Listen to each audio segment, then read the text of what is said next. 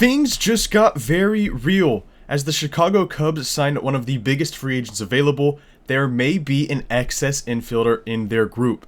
That opens the door wide open for the San Francisco Giants to go in and make the big trade they've been looking to all offseason. Of course, we will be breaking that down here on SF Giants Digest. Before we do that, this video is brought to you by Kalshi. When you download Kalshi, use the link below and enter code DIGESTMLB. You'll get $20 when you trade your first $100.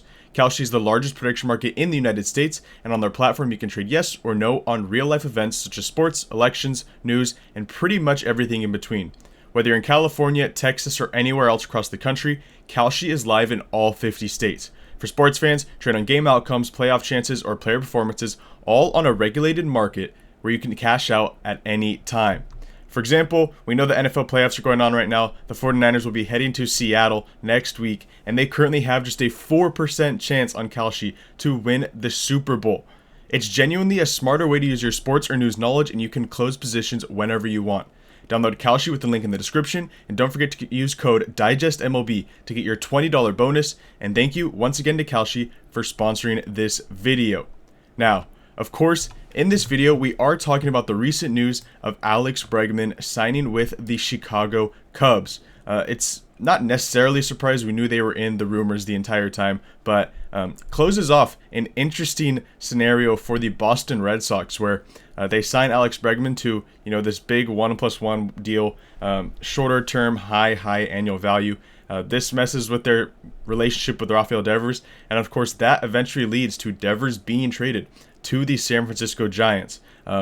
Overall, it looks like a very poorly handled situation by Craig Breslow and the entire Red Sox front office, but that's not what we're talking about today. We are talking about how this signing of Alex Bregman to the Cubs affects the San Francisco Giants right now. So, of course, right away, when this happened, we learned from Jeff Passan around 7:30 on the 10th. It said breaking third baseman Alex Bregman and the Chicago Cubs are in agreement on a free agent contract. Sources tell ESPN. Well, shortly after that, he put out a full article, breaking down the signing, the money, all of that stuff. And he said, Chicago probably will consider trading either Gold Glove winning second baseman Nico Hoerner or third baseman Matt Shaw to make room for Bregman. Hoerner's a free agent after the season, but Shaw probably would bring a larger return package because of his 6 years of club control. Of course, the Cubs could also keep both in addition to Bregman, and if I'm being completely honest, I do think that is the most likely scenario. The Cubs are a better team when they have Nico Hoerner in their lineup and playing second base for them. Just defensively, he's an absolute wizard. Look at some of the numbers. And then, of course, on the offensive side, he racks up a lot of hits. He can steal bases, does a lot of things well on the diamond.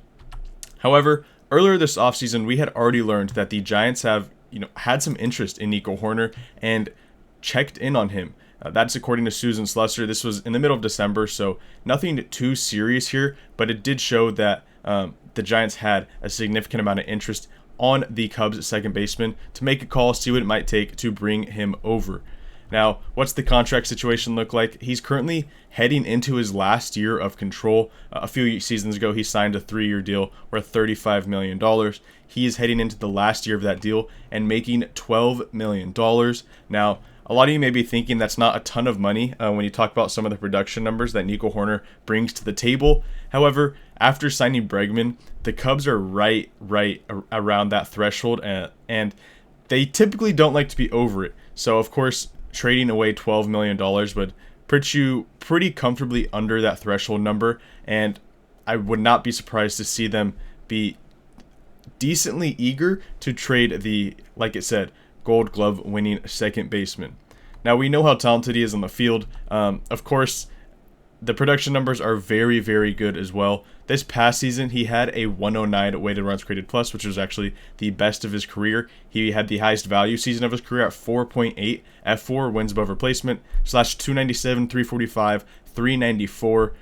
Never been a big home run guy. He's only reached double digits in that regard one time in his career. That was back in 2022, usually between the 5 and 9 mark in that number. But in terms of hits, he racks those up. You see from the batting average, last year he hit just under 300. He's a career 282 average guy, so a perfect complement to what the Giants have at the top of their order currently. We know that Willy Adames, Rafael Devers, Matt Chapman. Those guys are not necessarily going to have the highest batting average. They are more worried about their slug, getting some RBIs, hitting some home runs. They're not technically worried about trying to get on base necessarily or get a single a lot of the time. But that's exactly what Nico Hoerner's game is. So you mix that in between, a Rafael Devers and a Willy Adames and a Matt Chapman, and it really feels like the perfect complement and the perfect fit to mix in the top of the San Francisco Giants order. Now, when I talk about him racking up hits, since the start of the 2023 season, Nico Hoerner actually has the 7th most hits in Major League Baseball. So between the 3 years, they have been his best 3 years in terms of offensive production of his career, but he has racked up 512 hits across those 2 years. I know in 2023 and 2025, he was in the 170s in terms of hits for the total season. So kind of inching up to that 200 mark, and then of course in 2024 he was in the 150s. So a 170 hit season, a 150 and a 170 back to back is extremely impressive, and we have not had a guy like that in San Francisco in a very long time.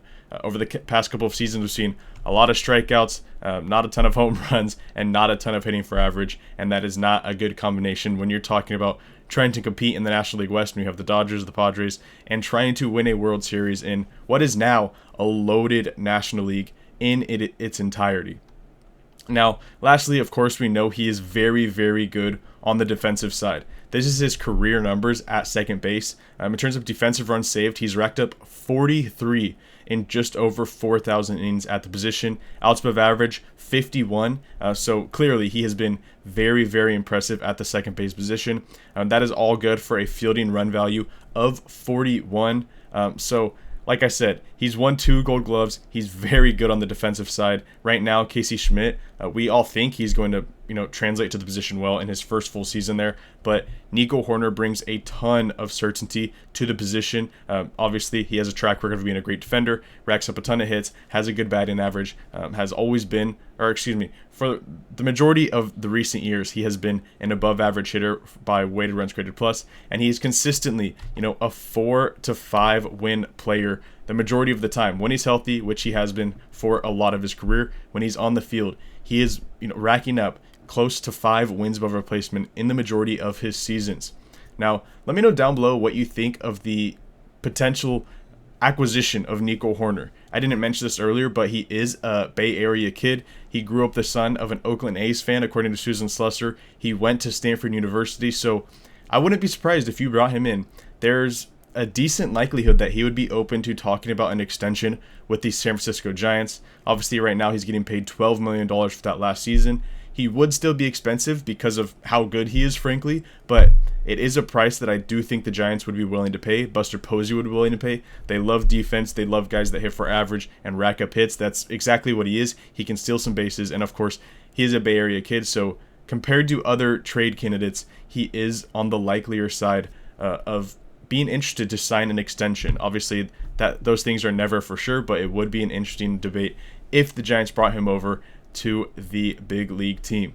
Like I said, let me know down in the comments what you think of the potential acquisition of Nico Hoerner, and make sure to subscribe to SF Giants Digest.